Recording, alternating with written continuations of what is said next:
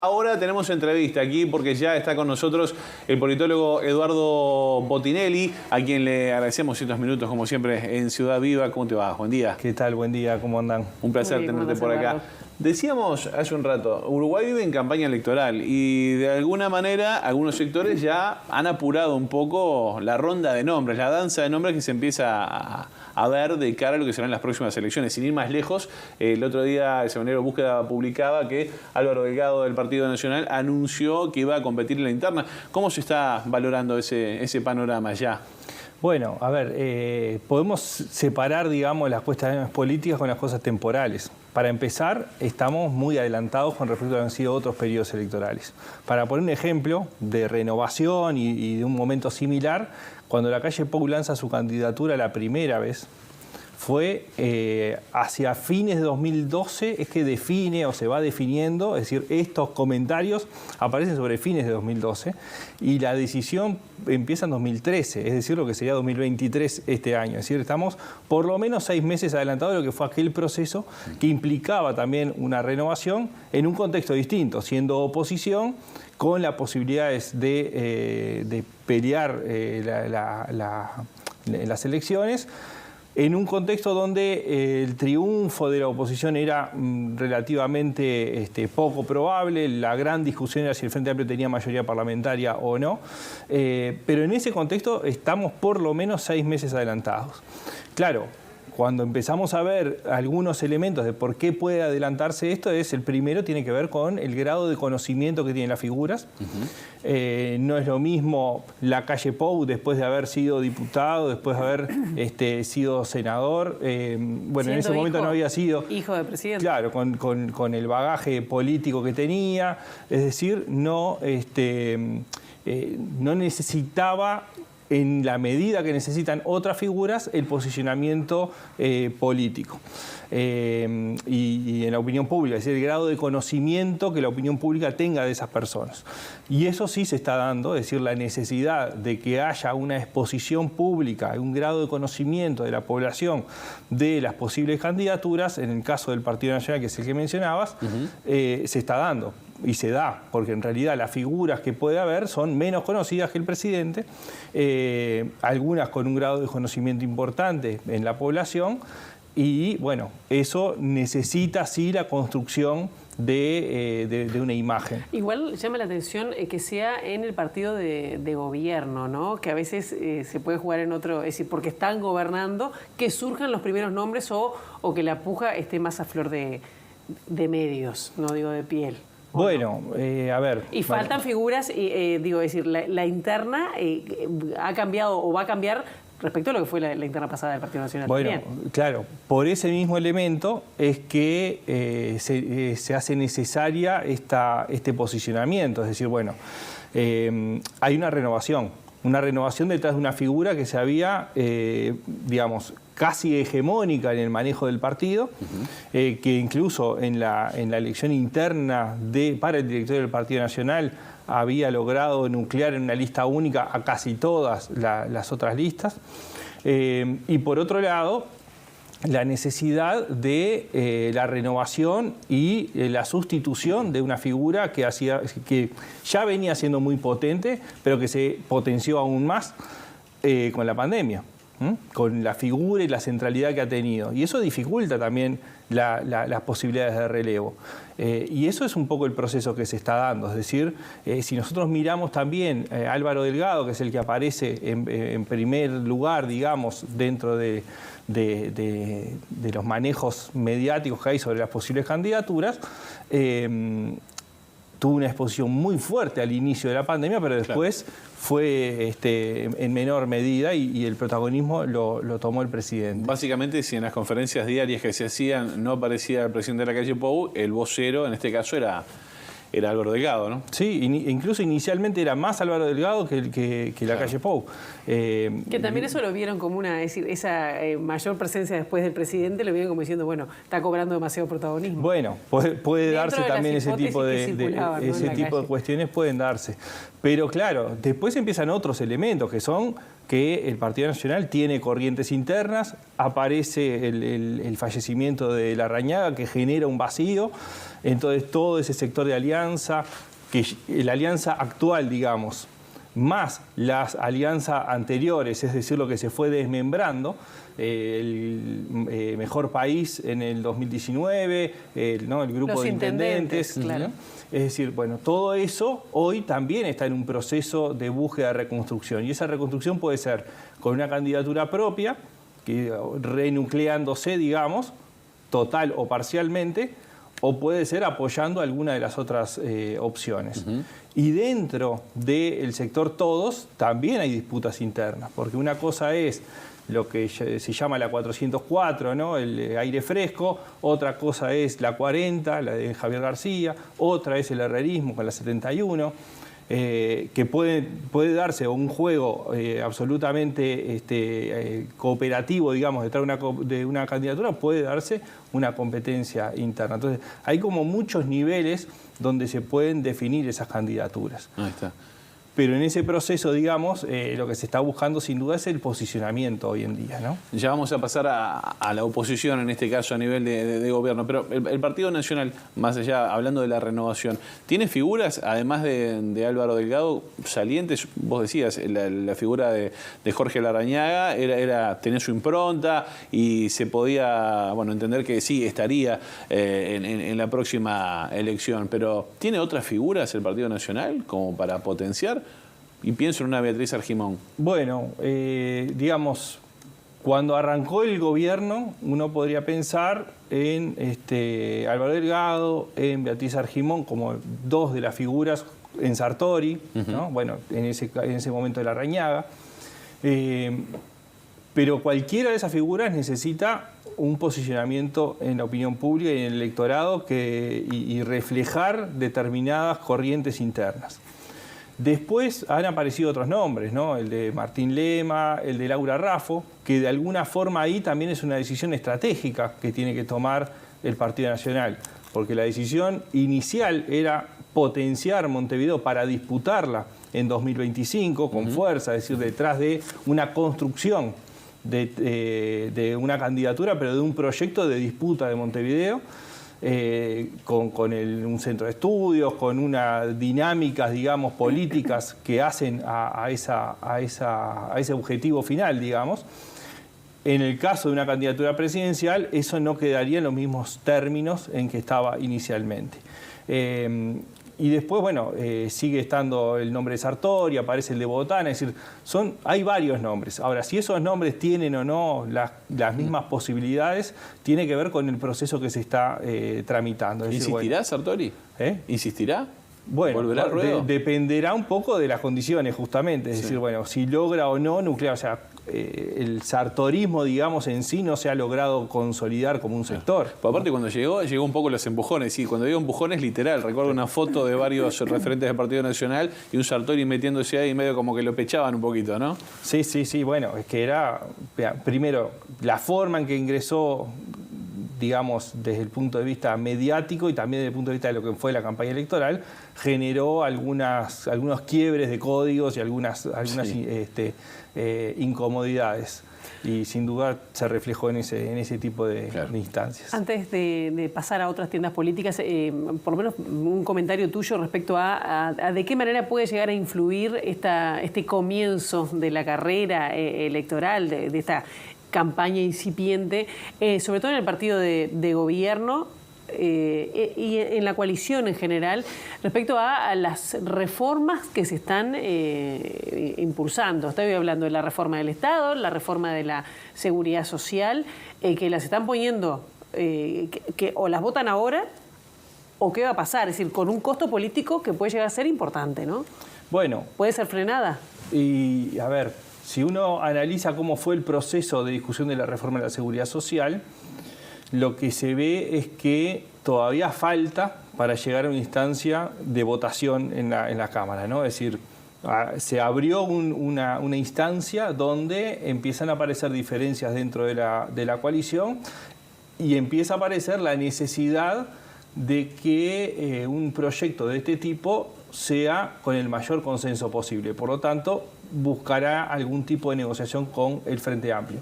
Si no se busca y es aprobado solo por la coalición, bueno, estaríamos en un contexto donde legalmente es totalmente viable.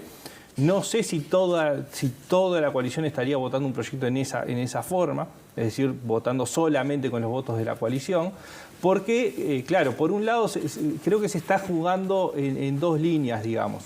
Por un lado, el Frente Amplio queriendo que la coalición pague los costos, y por otro lado, desde la coalición diciendo si el Frente no vota, va a pagar los costos también, ¿no?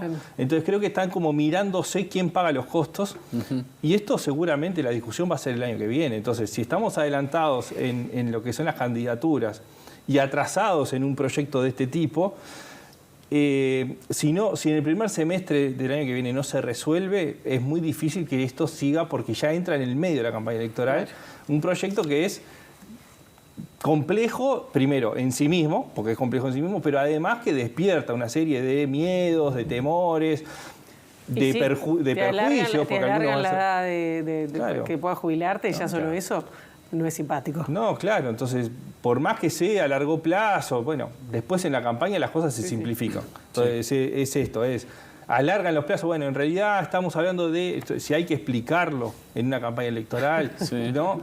Eso se pierde. Si el resumen es aumentaron la edad de jubilación, bueno, ya es otra cosa. Entonces, en esa negociación va a depender mucho el tema de los costos y los tiempos, ¿no? Es decir, yo creo que los tiempos van a ser un poco más largos de lo que se esperaba, porque la idea era que saliera casi inmediatamente, ¿no? Digamos, en los trámites normales, pero aparentemente esto empieza recién ahora con una discusión primero adentro de la coalición, que tiene que ver también con la forma en que se ha procedido, digamos. Es decir, yo el otro día en el informativo decía, bueno, es como una especie de reloj de arena, ¿no? Es decir, se agarró con una comisión de expertos amplia, diversa, se achicó hacia el medio donde quedó presidencia y el asesoramiento del doctor Saldain, y ahora se abre de nuevo la discusión y ya se anunció que va a haber consultas a distintos colectivos. Entonces, ese proceso lo que hace es alargarlo, porque empiezan primero la discusión adentro de la coalición, el Frente Amplio con su posicionamiento de no emitir juicio, digamos, por lo menos oficialmente, se va a tramitar parlamentariamente o legislativamente, con la discusión con distintos colectivos. Y todo eso va a alargar los plazos. Claro, a la coalición lo que más le serviría ahora es que toda esta discusión se saldara rápidamente para pasar a lo siguiente. A propósito de la coalición, el diputado Luz de Cabildo Abierto, si no me equivoco fue aquí en Lado B hace algunos días, habló de cuál es la estructura de la coalición, de todo este debate que se está dando a nivel parlamentario, y que de alguna manera dejó entrever que se podría resquebrajar. ¿Qué pasa con la coalición de acá a futuro? ¿Va a depender de estas discusiones parlamentarias? Bueno. ¿O cada cual se corta por su lado? Yo creo que hay dos cosas distintas. Una es la necesidad propia de los partidos de la coalición de diferenciarse y que próximo a las elecciones se separen, es decir, que la coalición se disuelva como tal, salvo que fuera con un lema único, digamos, ¿no? Salvo que se transformara, que no es lo que está planteado arriba de la mesa. Y en ese contexto es lo esperable. Es decir, una coalición funciona hasta que hay un periodo electoral donde se desarma y cada uno va por su cuenta a las elecciones buscando diferenciarse, porque si es todo lo mismo, en realidad no tiene sentido tampoco las distintas posturas. Y además, electoralmente le rinde mejor a la coalición ir por separado que ir todo junto. Lo otro es si hubiese algún hecho o algunos hechos acumulados que generaran una ruptura de la coalición que no sea por temas electorales, sino por temas políticos. Eso hoy por lo menos no está puesto arriba de la mesa, ¿no? O por lo menos no seriamente.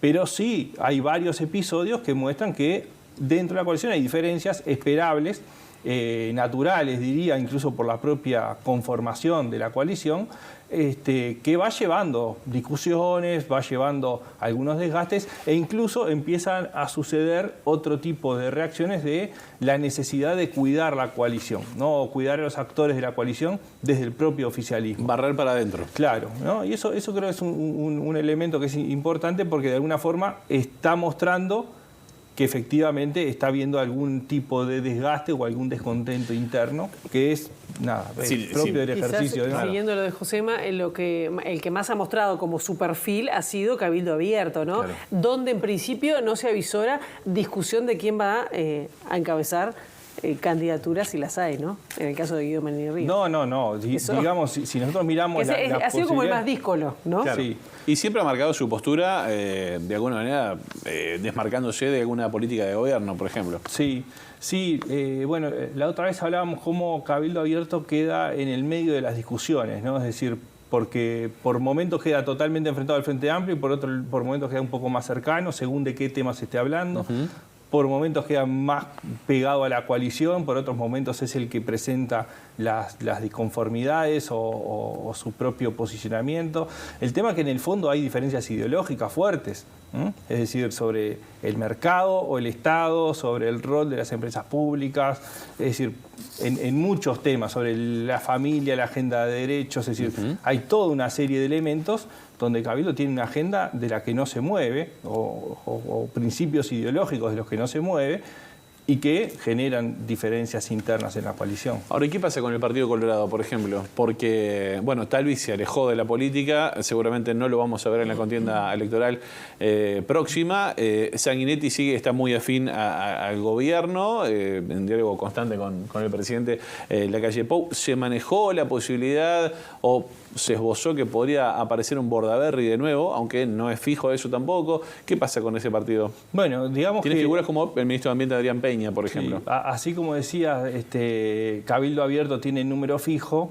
Bueno, en el Partido Nacional, en el Frente Amplio hay algunos nombres que están dando vueltas. En el Partido Colorado es el que está más inestable desde ese punto de vista. Es el más claro, oficialista, digamos. Es decir, dentro de la coalición el que se ha pegado más a la presidencia, digamos, en la mayoría de los temas. Ciudadanos ha sido un poco más, que ha roto un poco más en algunas acuerdos o planteos más bien.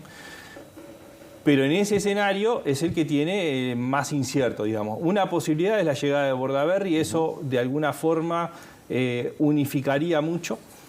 Es un caso opuesto al que hablábamos al arranque cuando decíamos el adelanto de los tiempos.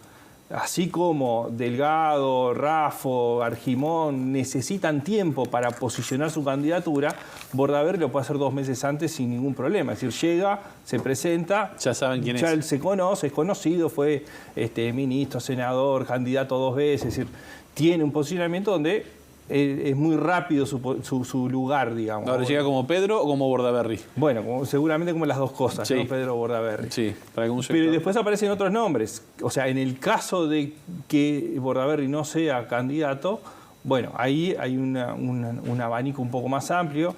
Adrián Peña, incluso no es descartable que haya una interna, aunque Bordaberry llegue, digamos, o se presente.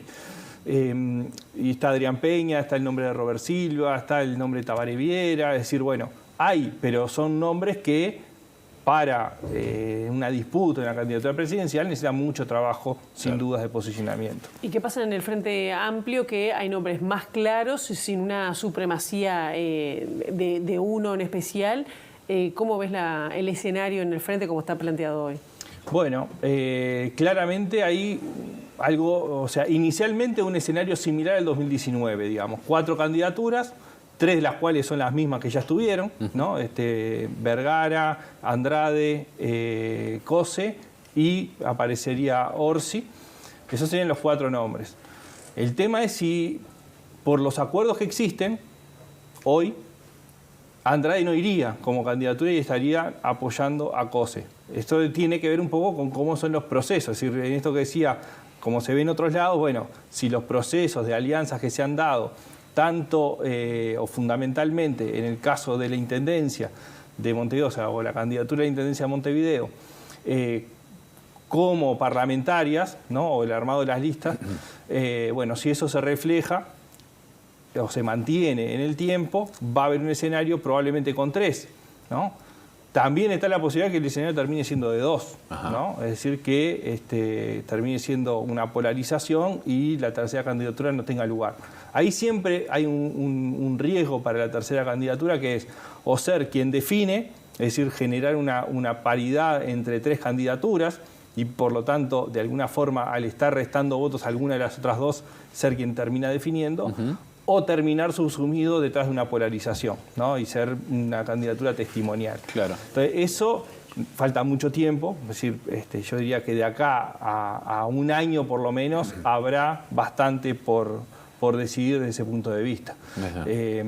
Pero bueno, después también está, ¿no? Es decir, bueno, Orsi no tiene reelección, Cose tiene la posibilidad de reelección en Montevideo, se habló de Andrade como candidato a la Intendencia de Canelones, es decir, hay como una serie de elementos ahí que entran en juego y que pueden cambiar un poco la oferta electoral. Hay varios factores allí para analizar, ¿no? Además, por la experiencia y el métier de cada uno de ellos. Hoy en día, lo que se está hablando y tomando más fuerza en los comentarios es una dupla Cose-Orsi, Orsi-Cose. Sí, es que es uno de los escenarios más probables. El tema ahí, en línea, digamos, con lo que hablaba de las alianzas. Por un lado está el MPP y algunas posibles alianzas con Orsi, por otro lado está el grupo de Carolina Cose con el Partido Comunista, el Partido Socialista. Está faltando, o en ese escenario, faltaría todo lo que es Fuerza Renovadora o grupos menores o digamos o que están incluso en la mesa política del Frente Amplio, ¿no? Como el PAR o el IR, ¿no? el PAR de abrazos, digamos, que fue el último eslogan, digamos.